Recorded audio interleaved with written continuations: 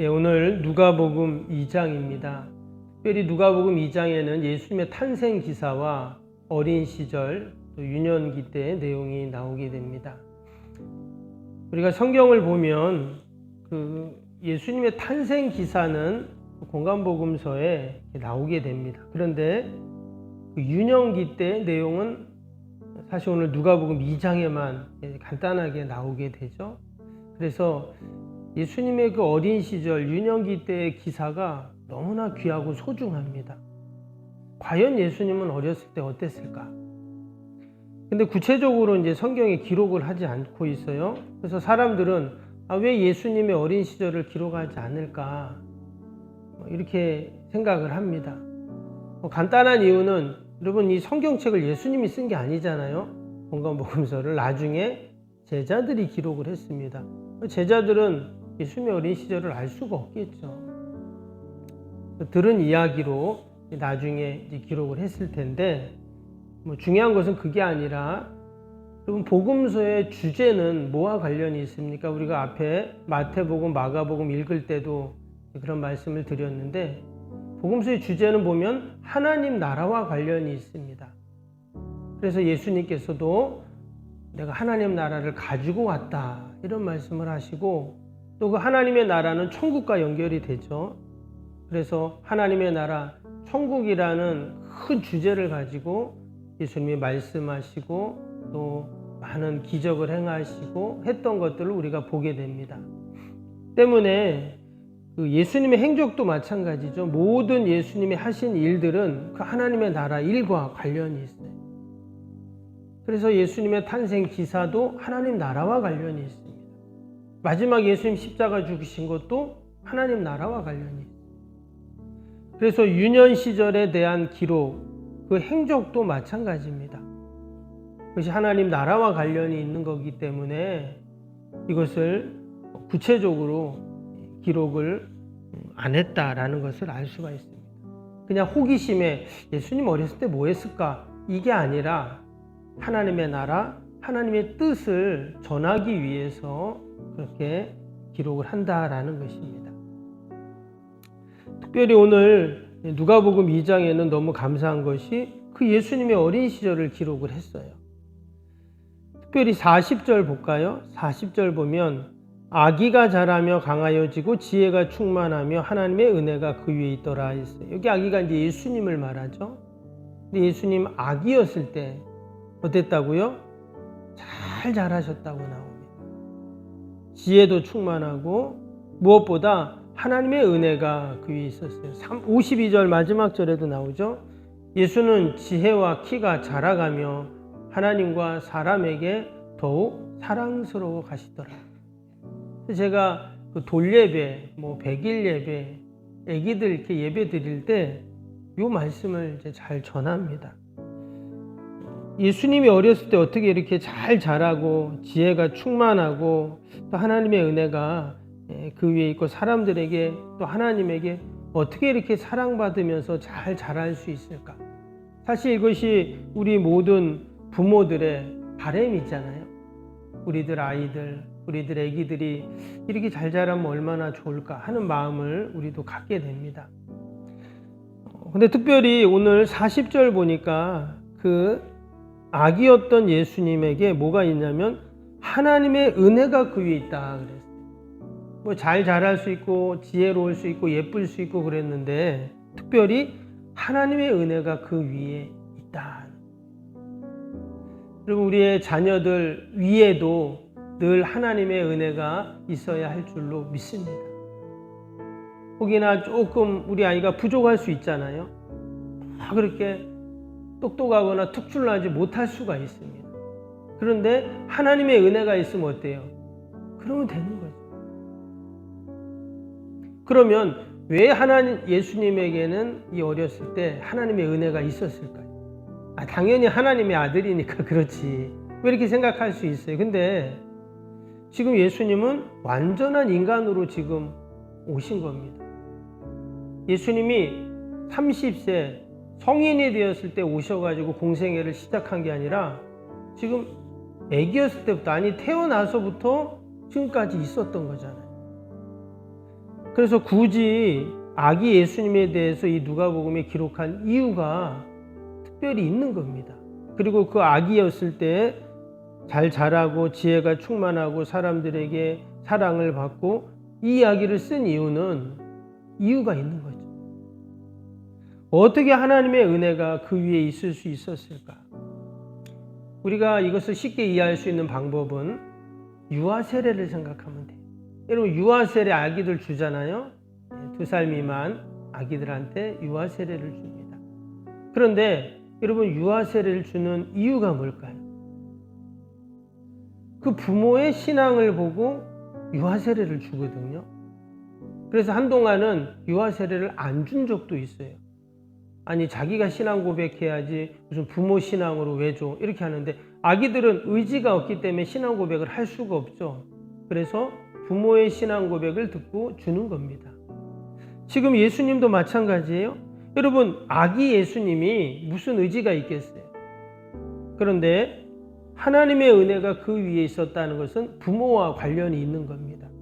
우리가 그 부모 마리아를 보면 앞에 누가복음 1장 30절에 이런 말씀이 나와요. 앞에 보시면 누가복음 1장 30절에 천사가 이르되 마리아여 무서워하지 말라 내가 하나님께 은혜를 입었느니라. 천사가 나타나서 마리아에게 이제 아기를 가질 거다 그 얘기 하잖아요. 태고지에 대한 내용이 나오는데 그때 뭐라 그랬냐면 너가 하나님의 은혜를 입었다. 즉 육신의 어머니 마리아는 그 위에 하나님의 은혜가 있었던 자. 그러면 그 은혜가 어떻게 된 거예요? 아기 예수님께 흘러간 거예요. 그 엄마의 젖을 먹고 자란 아기가 그 엄마가 어떤 음식을 먹냐에 따라서 아시죠? 예, 젖이 달라져. 엄마가 아주 매운 김치를 먹으면 어때요? 애기도 매운 그 모유를 먹는 거예요. 마치 그 엄마 마리아의 그 은혜가 충만한 그 은혜가 아기 예수님께 다 흘러갔다라는 것입니다. 여러분 아브라함에게 하나님이 복을 주시잖아요. 그 복이 누구에게 흘러갑니까? 아들 이삭에게 흘러가요. 또 아들 이삭에게 주신 은혜가 아들 야곱에게 흘러갑니다.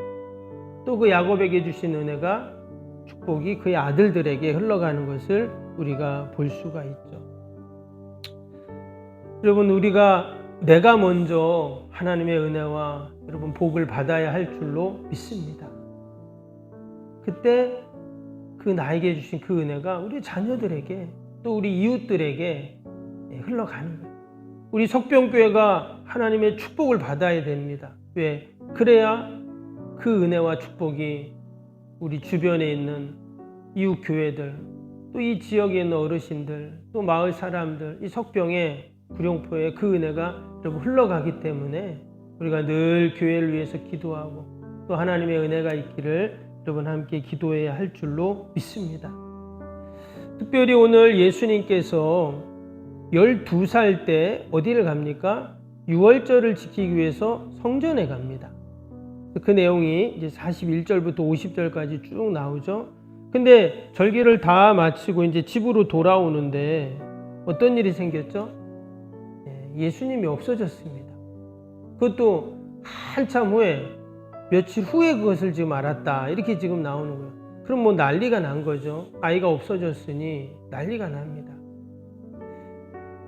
외람된 얘기지만 저도 어렸을 때 집을 잃어버렸던 적이 있었어요. 지금도 기억이 나는데 정확히 나이가 몇 살인지는 모르겠지만 아마 5, 6살 된 것 같아요.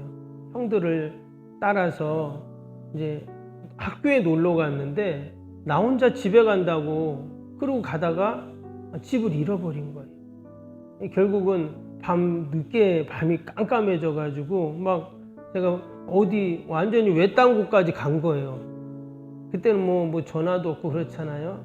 그리고 집 주소도 모르고 뭐 그러는 상황인데 근데 파출소로 안 들어가고 제가 파출소도 뭐 어딘지 모르고 어느 외딴 집으로 들어갔더니 할머니가 얘기를 해줘서 저를 파출소로 데려갔더라고요. 그래갖고 이제 나중에 부모님이 오셔가지고 그 기억이 나요. 근데 지금 예수님도 어때요? 잃어버렸어요. 그럼 부모의 마음이 어떻습니까? 난리가 난 거죠. 그런데 다시 예루살렘으로 가보니까 예수님이 어디 계셨어요? 성전에 계셨다는 겁니다. 그리고는 48절 보세요.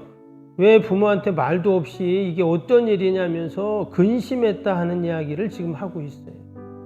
그랬더니 49절 예수님이 이렇게 말합니다. 어찌하여 나를 찾으셨나이까? 내가 내 아버지 집에 있어야 될 줄을 알지 못하셨나이까? 우리가 이 말씀을 인간적으로 보면 이게 좀 말도 안 되고 뭐 또 교만하게 생각할 수 있고 어이가 없다 생각할 수가 있어요. 어린 12살인 예수님이 부모에게 이렇게 무례한 말을 하나. 근데 우리가 이것을 신앙적으로 해석을 해야 합니다. 아니면 오해를 할 수 있어요. 신앙적으로 해석을 하면 50절 뭐라 그랬어요? 그 부모가 그가 하신 말씀을 깨닫지 못했다 그랬어요. 깨닫지 못했다는 거예요. 말씀을 깨닫지 못했어요. 예수님은 하나님의 내가 집에 있어야 된다는 거예요. 즉 하나님 품에 있어야 된다는 얘기를 지금 하고 계신 겁니다. 여러분 집에 있을 때 하나님 집에 있을 때 어때요? 가장 안전하고 복된 것이죠. 그러니까 지금 예수님은 가장 복된 장소에 있었고 가장 안전한 장소에 있었다라는 것입니다. 하나님의 은혜가 그 위에 있다는 말은 바로 그 말입니다. 우리가 어디에 있으면 하나님의 은혜가 있는 겁니까? 하나님 집에 있는 거예요. 늘 하나님 말씀과 함께 할 때 여러분 우리에게 하나님의 은혜가 머물게 되는 줄로 믿습니다. 오늘 하루도 하나님의 은혜가 나와 함께함을 우리가 기억하면서 믿음으로 승리하는 복된 하루 되시기를 주님의 이름으로 축복합니다. 금요일 기도 함께 하겠습니다. 76번부터 90번까지 기도입니다. 76번부터 새 성전 건축을 통해 주님의 지상명령을 수행하게 하옵소서. 아멘. 복음의 능력으로 사람을 살리고 세우는 거룩한 공동체로 쓰임받게 하옵소서. 아멘. 선교, 구제, 봉사, 섬김이 새로운 공간을 통해 역동적으로 펼쳐지게 하옵소서. 아멘. 사도행전을 꿈꾸고 이루는 위대한 교회로 세워지고 쓰임받게 하옵소서. 아멘. 성도들의 간절한 기도와 눈물의 헌신으로 든든히 서가는 교회가 되게 하옵소서. 아멘. 주의를 온전히 성수하며 온전한 11조와 헌금을 드리는 성도가 되게 하옵소서. 아멘. 교회 모든 일꾼들이 성령과 지혜와 믿음과 은혜가 충만하게 하옵소서. 아멘. 온 성도들의 마음과 생각이 하나 되어 건축 과정에 큰 힘이 되게 하옵소서. 아멘. 온 성도들이 교회에 대한 사랑과 긍지로 새 성전 건축을 이루어가게 하옵소서. 아멘. 분열의 악한 영이 틈타지 않게 하시고 건축하는 과정 가운데 실족하는 사람이 한 명도 없게 하옵소서. 아멘. 새 성전을 통해 하나님의 기적 같은 사역이 펼쳐지게 하옵소서. 아멘. 생명력 있는 복음의 역사가 나타나는 부흥의 진원지가 되게 하옵소서. 아멘. 세계를 품고 열방을 위해 기도하는 공간, 거룩한 소통의 공간이 되게 하옵소서. 아멘. 성도들의 벅찬 마음으로 새 성전에 임할 하나님의 영광을 소망하게 하옵소서. 아멘. 하나님의 꿈과 비전이 아름답게 펼쳐지는 것을 다 함께 누리게 하옵소서. 아멘. 예수님의 이름으로 기도합니다. 아멘. 사랑과 은혜가 충만하신 하나님 아버지, 어떻게 아기 예수님 위에 늘 하나님의 은혜가 있을 수 있습니까? 예수님이 성전에 있어야 할 것을 알지 못하냐고 말씀하신 것처럼 우리가 늘 주님 전에 있고 주님 말씀 안에 있게 하시고 주님 품에 거하는 저희들이 되게 하여 주옵소서. 내가 받은 은혜와 축복이 우리의 자녀들에게 흘러가게 하시고 우리의 가족과 이웃들에게 아버지 흘러갈 수 있도록 복내려 주옵소서. 오늘도 그러한 믿음과 소망을 갖고 함께 기도합니다. 나라 민족과 교회와 이웃을 위해 아버지 우리가 함께 기도할 때 하나님 다 들으시고 선하게 인도하여 주옵소서. 우리를 기도의 사명자들로 세워주신 줄로 믿습니다. 내가 기도할 때 우리의 자녀가 살고 교회가 살고 이 민족이 사는 줄로 믿습니다. 사명 감당할 수 있도록 늘 건강 주시고 지혜 주시고 은혜를 더하여 주옵소서. 예수님의 이름으로 기도하옵나이다. 아멘. 하늘에 계신 우리 아버지, 아버지의 이름을 거룩하게 하시며 아버지의 나라가 오게 하시며 아버지의 뜻이 하늘에서와 같이 땅에서도 이루어지게 하소서.